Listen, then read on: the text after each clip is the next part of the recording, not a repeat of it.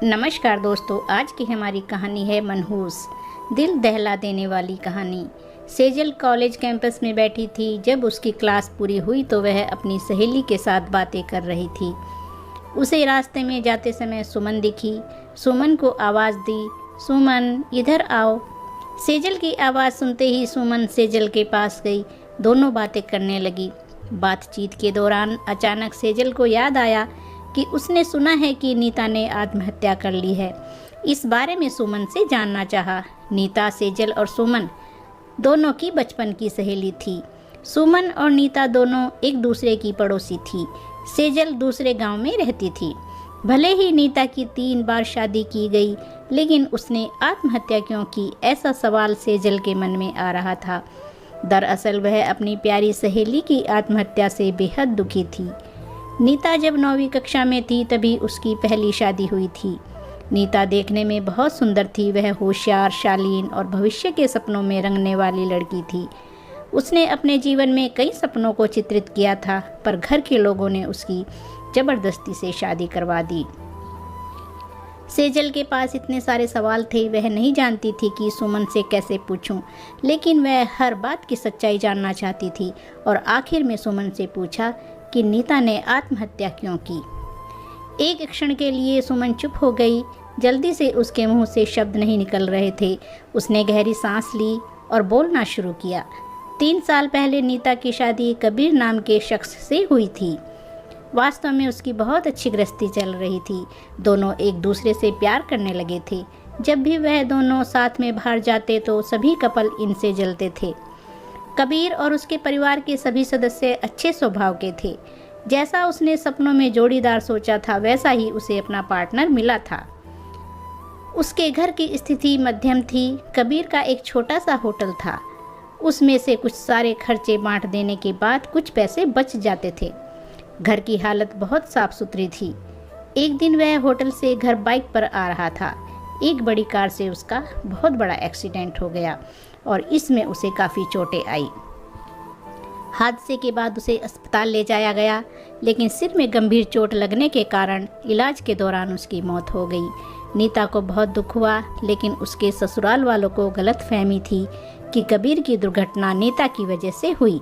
वह अपशकुनी है, ऐसा उनको लगता था। उनमें से कोई भी उसे समझ नहीं पाया। कबीर के जाने के बाद कुछ दिनों के भीतर ही नीता को घर से बाहर निकाल दिया गया। उसे घर से बाहर निकालने के बाद वह मायके गई और कुछ दिन मायके में ही रही, लेकिन आसपास पड़ोसियों में चर्चा हो गई तो उसके माता पिता फिर से उसके लिए रिश्ता ढूंढने लग गए।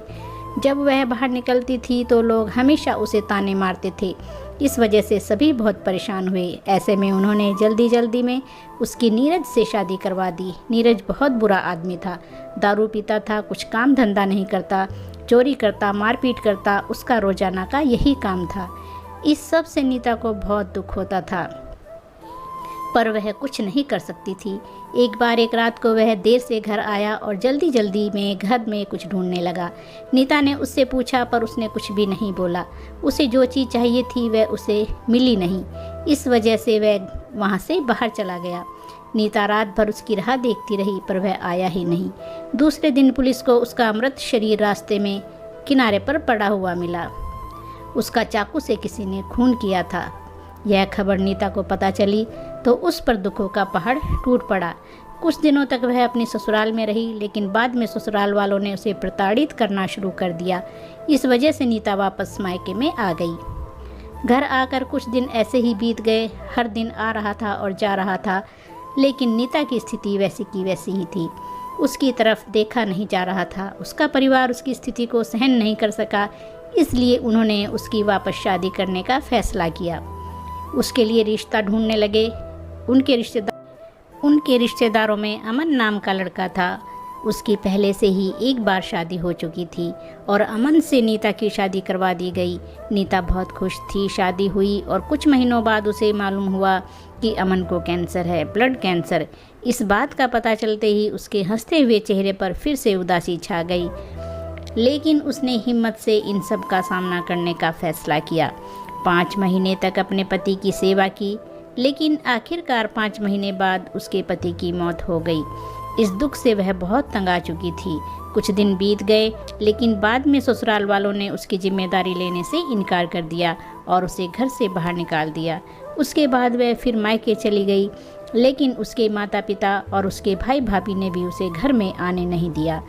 सभी तरफ से रास्ते बंद हो चुके थे उसके लिए। उसे उम्मीद की कोई किरण नजर नहीं आ रही थी। अंत में उसने खुद को ख़त्म करने का फैसला किया। उसने अपना जीवन समाप्त कर दिया। नीता की यह कहानी सुनकर सेजल की आंखें आंसुओं से भर कर बह रही थी। पूरा दिन वह नीता के बारे में ही सोचती रही। क्या इन तीनों घटनाओं में बेचारी नीता का भी कोई दोष था? क्या उसके माँ बाप को सिर्फ उसकी शादी कर उसे हर बार किसी के पास भेज देना सही था? वो उसे अपने पैरों पर खड़ा करने की कोशिश भी कर सकते थे।